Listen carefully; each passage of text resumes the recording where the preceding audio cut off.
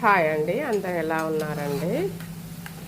మా బాబు వస్తున్నానే ఫోన్ చేశాడండి. ఏదో ఒకటి చేయాలి కదా పిల్లల కోసం.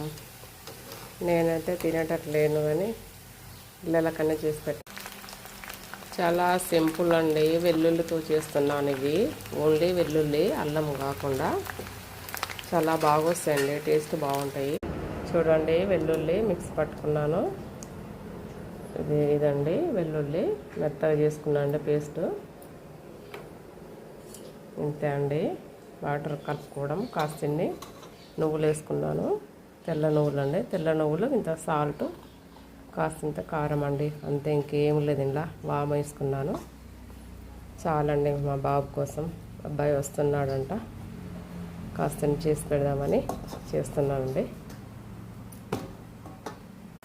అంతే అండి, అయినాయండి. చాలా చిన్న చిన్నగా పిల్లలకి ఇలా చేస్తే ఇష్టంగా తింటారు. అంతే అండి. ఈసారి మీరు ఇంట్లో చేసి పెట్టండి పిల్లల కోసం. వెల్లుల్లితోటి వెల్లుల్లి వేయాలి. మనం పట్టించేటప్పుడు కూడా కాస్తంత అంటే బియ్యం కొంచెం లైట్గా వేయించుకోవాలండి. బియ్యం వేయించుకోవాలి, కొంచెం మినపప్పు వేసుకోవాలి. అందులో సబ్దాన్ బియ్యం ఉంటాయి కదండి, రౌండ్గా ఉంటాయి కదా, అవి వేసుకుంటే చాలా బాగా వస్తాయండి.